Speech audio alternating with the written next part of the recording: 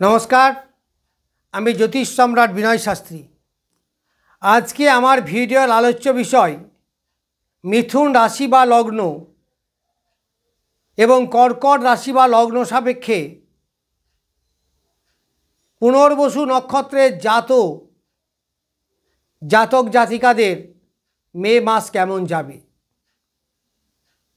এই দুটো রাশি বা লগ্ন বলার অর্থ হচ্ছে এই পুনর্বসু নক্ষত্রের তিনটি চরণ অর্থাৎ 10 ডিগ্রি থাকে মিথুন রাশিতে আর 3 ডিগ্রি 20 মিনিট বা চতুর্থ চরণ বা পদ থাকে এই কর্কট রাশিতে। ফলে আমি যদি পুনর্বসু বলি কোন পুনর্বসু প্রশ্ন হবে, কারণ মিথুনে তার কিছু অংশ আবার কর্কটে কিছু অংশ। একটা জিনিস জেনে রাখবেন যে এই রাশি ভাব নক্ষত্র এই সবের মধ্যে গ্রহ সর্বদাই মুভমেন্ট করে, অর্থাৎ এক রাশি থেকে আর এক রাশি, এক রাশি থেকে আর এক রাশি। আপনারা জানেন তো সূর্যের চারিদিকে সব ঘুরছে, যার জন্যই তো এই গোচর ফলটা হচ্ছে। আজ কেমন যাচ্ছে, কাল কেমন যাচ্ছে, এবছর কেমন যাচ্ছে, পরের বছর কেমন যাচ্ছে। কিন্তু নক্ষত্র ফিক্সড, এর কোনো পরিবর্তন হয় না। নক্ষত্র একটা জায়গায় বসে ফল দেয়, তবে ভাব সাপেক্ষে একটু পরিবর্তন তো হবেই, কারণ মিথুনের অধিপতি বুধ, আবার কর্কটের অধিপতি চন্দ্র, আর এই পুনর্বসু নক্ষত্রের অধিপতি বৃহস্পতি। তাহলে বৃহস্পতির সঙ্গে যেমন বুধের সম্পর্ক, সেই অনুসারে মিথুন রাশি পুনর্বসু নক্ষত্র ফল দেবে। আবার কর্কটে চন্দ্রের সঙ্গে এই নক্ষত্রবতী বৃহস্পতির যেমন সম্পর্ক সেরকম ফল দেবে। কারণ একজনে যদি দুটো বাড়ি থাকে, তাহলে দুটো বাড়ির মালিক যদি দুজন হয়, তাহলে যে ভাড়া থাকবে তার সম্পর্ক দুজনের সঙ্গে তো দুরকম হবে, একই তো হবে না। ফলে এদের দুরকম ফল দেখা যাবে। সেই জন্যই বলা হলো মিথুনের পুনর্বসু এবং কর্কটের পুনর্বসু। যাই হোক, আমি পুনর্বসু নক্ষত্র সম্বন্ধে দু চার কথা বলি, আপনারা আপনাদের নিজস্ব ক্যারেক্টার সঙ্গে মিলিয়ে দেখুন। মিথুনের পুনর্বসু এর একটু ছটফটে টাইপের হয়, আর কর্কটের এরা একটু চঞ্চল হয়, কারণ চন্দ্র তো খুব দ্রুতগামী গ্রহ এবং মনের উপর ইফেক্ট করে বেশি। এই পুনর্বসু নক্ষত্রের প্রতীক হচ্ছে তুন। তুন কাকে বলে জানেন? ওই যে আগেকার দিনে যুদ্ধ করতো যখন দেবতারা, দেখবেন পেছন দিকে একটা তীর রাখার জায়গা থাকতো, যার থেকে তীর নিয়ে ধনুকে লাগাতো।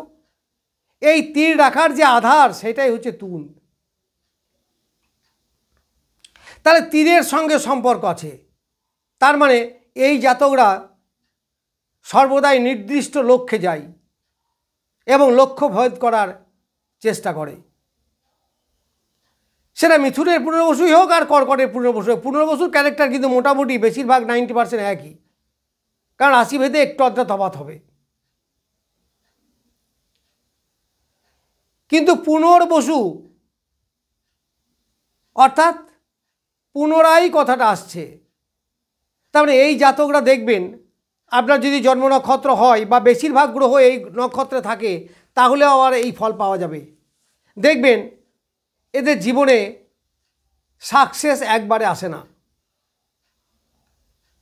বাধা হলো, বন্ধ হয়ে গেল, আবার কিছুদিন পরে আবার শুরু হলো।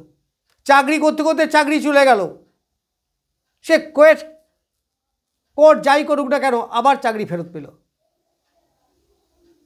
যারা ব্যবসা করতে করতে বন্ধ করে দিয়েছে, যদি পুনর্বসু নক্ষত্রে কোনো গ্রহ থেকে থাকে, জন্ম নক্ষত্র ছাড়াও যে কোনো গ্রহ থেকে থাকে বা দুটি গ্রহ থেকে থাকে, দেখবেন সেই ব্যবসা আবার স্টার্ট হবে এবং উন্নতি হবে। প্রথমবার এদের উন্নতি হয় না। ভগবান শ্রী রামচন্দ্রের এই নক্ষত্রে জন্ম, তিনি রাজ্য ছাড়া হয়েছিলেন, 14 বছর বনবাসে গিয়েছিলেন, আবার কিন্তু রাজ্য ফেরত পেয়েছেন। সীতাকে হারিয়ে ফেলেছিলেন, আবার সীতাকে ফেরত পেয়েছিলেন। বুঝতে পারলাম এই নক্ষত্রের জাতকরা কেমন হয়। এই নক্ষত্রের অধিপতি গ্রহ যেহেতু বৃহস্পতি, সেহেতু ভালো নক্ষত্র, নিশ্চিত ভালো নক্ষত্র। এরা জ্ঞানী হয়, একটু বাচ্চা বাচ্চা দেখতে হয়, বাচ্চার মতো স্বভাব এদের থাকে, বাচ্চাদের সঙ্গে খেলতে ভালোবাসে, বড় হলেও বাচ্চাদের মতো চকলেট খাওয়া, কেক খাওয়া, এইসব একটা নেশা থাকে। কিন্তু এই নক্ষত্রের জাতকদের জীবনে আপ ডাউন ওই জন্যই হয়, পুনরায়, অর্থাৎ আগে বাধা, আগে ঝড়, তারপরে শান্তি। এরা জীবনে একটা সংগ্রাম করে, সংগ্রাম করার পর তারা কিন্তু একটা সেটেল জায়গায় চলে আসতে পারে। এই নক্ষত্রে যদি রাহুর মতো গ্রহ থাকে, জীবনে প্রচুর সম্পদ দেয়। এরা খুব কল্পনাপ্রবণ হয় এই নক্ষত্রের জাতক জাতিকেরা। আবার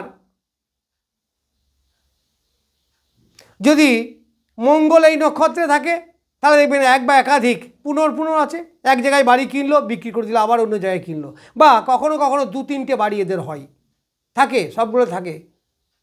এরা একসঙ্গে 2-3-4টে প্রেম করে, যদি শুক্র এই নক্ষত্রে থাকে, চন্দ্র এই নক্ষত্রে থাকে। বিবাহের পরেও এদের অনেক জায়গায় রিলেশন থাকে, অনেকের থাকে, সবারই থাকবে বলবো না, কারণ রাশিচক্র আমি তা দেখতে পাচ্ছি না, তবে এদের স্বভাবত ক্যারেক্টার। এরা অন্যের প্রতি বিয়ের পরেও একটু আসক্ত থাকে, এটা কিন্তু হবে, বেশিরভাগ ক্ষেত্রেই দেখবেন, এইটা কিন্তু আপনারা দেখতে পাবেন। টেকনিক্যাল কোনো কাজের দিকে এদের ঝোঁক থাকে। এরা ভীষণ স্বাস্থ্য সচেতন হয়। যদি এই নক্ষত্রে আপনার জন্ম হয়, আপনি দেখবেন শরীর স্বাস্থ্যের ব্যাপারে যত্ন নেওয়া, ব্যায়াম ট্যায়াম করা, ধ্যান ট্যান করা। যদি বাবার এই নক্ষত্রে থাকে, রবি বা নবমপতি, তাহলে দেখবেন বাবা তার শরীরে খুব যত্ন নেয়। যদি মায়ের হয়, তাহলে মাও দেখবেন শরীরের যত্ন নেয়। অর্থাৎ রিলেশনে যে কেউ যদি এই নক্ষত্রে থাকে, তাহলে তারা শরীরের প্রতি বেশ যত্ন নেয়। এই নক্ষত্রের দেবতা হচ্ছে অদিতি, অর্থাৎ দেবতাদের মা, ইনি হচ্ছেন এই নক্ষত্রের। যদি মেয়েরা এই নক্ষত্রে হয়, জাতিকা হন, তাহলে তার মধ্যে মাতৃসুলভ আচরণ থাকবে খুব বেশি। খনার বচনে একটা জায়গায় বলা হয়েছে, গ্রহ রাশি লগ্ন ত্যাগ করো, শুধু নক্ষত্রের বিচার করো। অর্থাৎ নক্ষত্রের বিচার কিন্তু অব্যর্থ হয় খুব কমই। সেই নক্ষত্রের অধিপতি যদি দুর্বল বা সবল হয়, তার জন্য কিছু পরিবর্তন হয়, তবে মূলত নক্ষত্রের ফল কিন্তু ঠিকঠাকই থাকে। এই জাতক দশমপতি এই নক্ষত্রে থাকলে অনেকগুলো কর্ম করতে পারে। চন্দ্র যদি এই নক্ষত্রে থাকে, তাহলে মনের চঞ্চলতা বাড়ে খুব। বুধ যদি এই নক্ষত্রে থাকে, তাহলে কীরকম ফল দেবে? এরা হাসিটা খুব মিষ্টি হবে, এরা চঞ্চল ছটফটে ভাব স্বভাব এদের মধ্যে থাকবে। বৃহস্পতি যদি এই নক্ষত্রে থাকে, সকলকে নিয়ে চলার একটা মানসিকতা থাকবে।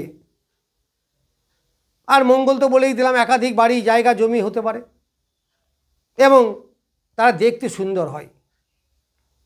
এই পুনর্বসু যদি কারো জন্ম নক্ষত্র হয়, বা দুটো গ্রহ থেকে থাকে, একটা হলে নাও হতে পারে, দুটো গ্রহ থেকে থাকে, তারা দেখবে তাদের মুখশ্রী খুব সুন্দর হয়, এরা দেখতে খুব সুন্দর হয়।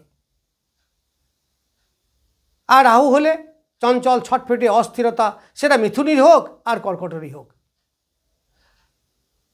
এইবার আমি পুরোপুরি বিচারে আসি। তাহলে এই 7 পুনর্বসু মানে 7 নক্ষত্র। 7 নক্ষত্রে যাদের জন্ম 8, 26 তাদের সম্পদ নক্ষত্র। তাহলে 8 নক্ষত্রে এখন আছে মঙ্গল নিজে। আবার 26 নক্ষত্রে আছে শনি, আবার শনি নিজের নক্ষত্র 26 উত্তর ভাদ্রপদ। আবার শুক্র সেও আছে এই নক্ষত্রে। তাহলে এই কর্কট রাশি বা লগ্ন সাপেক্ষে চতুর্থপতি এবং দশমপতি শুক্র, তাহলে কর্মের জায়গাটা বেশ ভালো, কর্মের মাধ্যমে আয় উপার্জন, কারণ সম্পদ নক্ষত্রে পড়েছে। 3টে গ্রহ পড়েছে, কে কে? একটা যে মঙ্গল, পুষ্যা নক্ষত্র, পুষ্যা এমনিতেই বেস্ট নক্ষত্র, খুব ভালো নক্ষত্র। তাহলে আয় উপার্জন, শরীরের পুষ্টি লাভ, অর্থের পুষ্টি, এগুলো হবে। পুষ্যা তো পুষ্টি। আবার শনি আছে এই নক্ষত্রের, ফলে কর্মের উন্নতি নিশ্চিত হবে, কর্মের মাধ্যমে প্রচুর অর্থ উপার্জন, অ্যাসেট এইগুলো হবে, অর্থ আগমন হবে। সম্পদ মানে কি? ওয়েলথ, অর্থ করি, টাকা পয়সা, ধন দৌলত, জমি জমা ইত্যাদি। আবার শুক্র এই নক্ষত্রে আছে, ফলে বাড়ি কেনা, ফ্ল্যাট কেনা, অর্থ উপার্জন, কর্মের শৌখিনতা বৃদ্ধি, এইগুলো হবে। আবার এই গ্রহটি